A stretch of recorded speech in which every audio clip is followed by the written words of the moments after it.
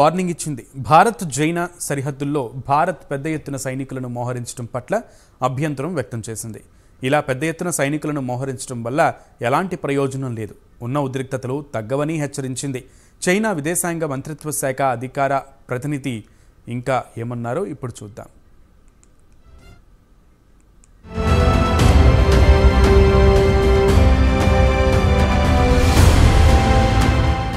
India, చైనాలు రెండూ శత్రు దేశాలన్న విషయం జగమెరిగిన సత్యం.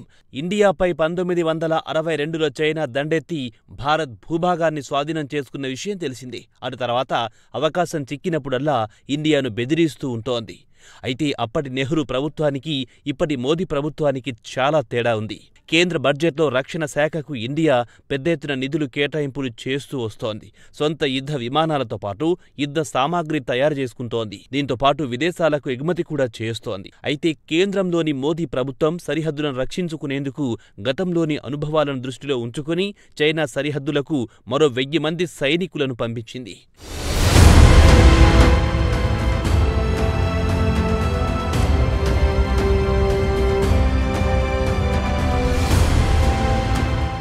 ఇది చైనాకు కంటగింపుగా మారింది. దీంతో బీజింగ్ ఇండియాకు వార్నింగ్ ఇవ్వడం మొదలెట్టింది. సరిహద్దు వెంబడి మిలిటరీని పెంచుకోవడం వల్ల ఉద్రిక్తతలు తగ్గవని చైనా విదేశాంగ మంత్రిత్వ శాఖ అధికార ప్రతినిధి మావో నింగ్ హెచ్చరించారు. అయితే ఇండియా ఇటీవల వేలాది మంది మిలిటరీని దేశానికి పశ్చిమ సరిహద్దుకు తరలించింది. ప్రధానంగా చైనా సరిహద్దులో భద్రతను మరింత పటిష్టం చేసిందని బ్లూంబర్గ్ వార్తా సంస్థ గురువారం నాడు తెలిపింది. ఇండియాకు చెందిన సీనియర్ ఉన్నతాధికారి ఈ విషయం చెప్పారని కూడా బ్లూంబర్గ్ వార్తా కథనాన్ని ప్రచురించింది. ఇదిలా ఉండగా చైనా విదేశాంగ మంత్రిత్వ శాఖ మాత్రం ఇండియా పెద్ద ఎత్తున మిలిటరీని చైనా సరిహద్దుకు పంపించడం వల్ల ఇరు దేశాల మధ్య ఉద్రిక్తతలు తగ్గవని హెచ్చరించింది. అయినా తాము ఇండియాతో శాంతిని కోరుకుంటున్నామని చైనా పేర్కొంది.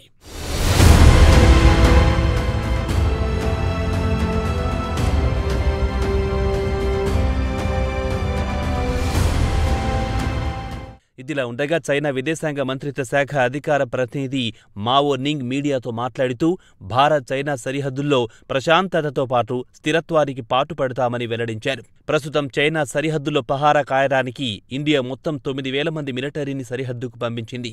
వీరికి అదనంగా మరో 1000 మందిని సరిహద్దుల కాపలా కాయడానికి తరలించింది. ఇదిలా ఉండగా ఇండియా చైనాను విడదీసే సరిహద్దు పొడవు మొత్తం 530 కిలోమీటర్ల వరకు ఉంటుంది. ఇక సరిహద్దుల విషయానికొస్తే చైనాకు టిబెట్ సరిహద్దుతో పాటు ఇండియా ఉత్తరాది రాష్ట్రాలు ఉత్తరాఖండ్, హిమాచల్ ప్రదేశ్ సరిహద్దులను కాపలా కాయడానికి వీరిని పంపించారు.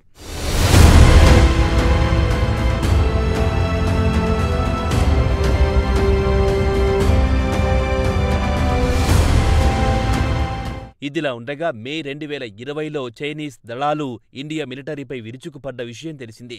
గల్వాన్ వ్యాలీలో రోడ్డు నిర్మాణం చేపడుతున్నప్పుడు చైనాను అడ్డుకునేందుకు భారతీయ మిలిటరీ అడ్డుకుంది. దీంతో ఇటు చైనా, అటు భారత సైనికుల మధ్య బాహాబాహి జరిగింది.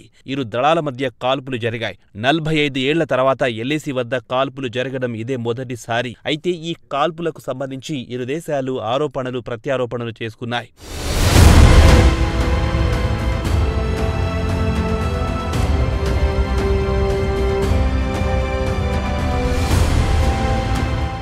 భారత్ చైనా సరిహద్దులోని గల్వాన్ వ్యాలీలో ఇరు వర్గాల మధ్య ఘర్షణ జరిగింది. దీంతో ఇటు చైనాతో పాటు భారతీయ సైనికులు పలువురు మృతి చెందారు. అటు తర్వాత ఇటు చైనా, అటు భారత్కు చెందిన ఉన్నతాధికారుల మధ్య చర్చలు జరిగాయి. సుమారు 21 రౌండ్ల పాటు చర్చలు జరిగినా చర్చల్లో ఎలాంటి పురోగతి కనిపించలేదు.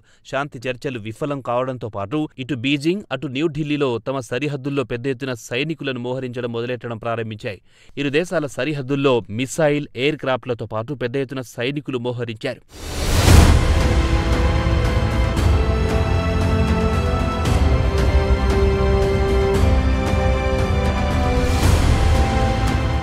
గాల్వాన్లో చైనాతో బాహాబాహీలో ఇండియా తరఫున 20 మంది సైనికులు మృతి చెందారు. దీంతో అప్రమత్తమైన ఇండియా 2021లో సుమారు 50,000 మంది సైనికులను సరిహద్దుల్లో పహారా కాయడానికి పంపించింది.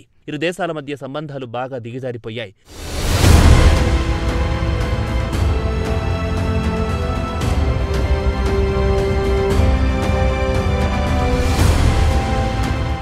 ఇదిలా ఉండగా హిందూ మహాసముద్రంలో చైనా తన పట్టు సాధించడానికి ప్రయత్నించడంతో ఇండియా కూడా అప్రమత్తమయ్యింది.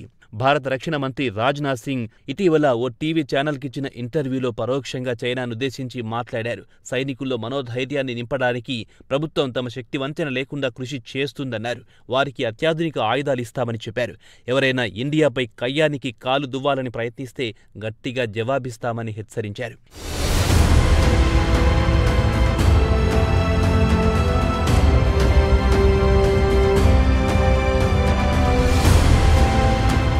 కేంద్ర విదేశాంగ మంత్రి జైశంకర్ గురువారం నాడు జపాన్లో పర్యటించారు. చైనాతో ఇండియాకు లిఖిత పూర్వకంగా ఎలాంటి ఒప్పందం లేదని అన్నారు. ప్రస్తుతానికి అంటే 1975 నుంచి 2020 వరకు సుమారు 45 ఏళ్ల పాటు ఇరు దేశాల మధ్య రక్తపాతం లేదని జైశంకర్ అన్నారు. అయితే 2020లో పరిస్థితుల్లో పూర్తిగా మార్పొచ్చిందన్నారు. ఇరు దేశాల మధ్య లిఖిత పూర్వకంగా ఒప్పందం ఉంటే అప్పుడు ఎలాంటి ఇబ్బంది ఉండదు. ప్రస్తుతం అలాంటివి ఏమీ లేనప్పుడు ఉద్రిక్తతలు తలెత్తడానికి ఆస్కారం ఉంటుందని జైశంకర్ అక్కడి మీడియా అడిగిన ప్రశ్నకు జవాబిచ్చారు.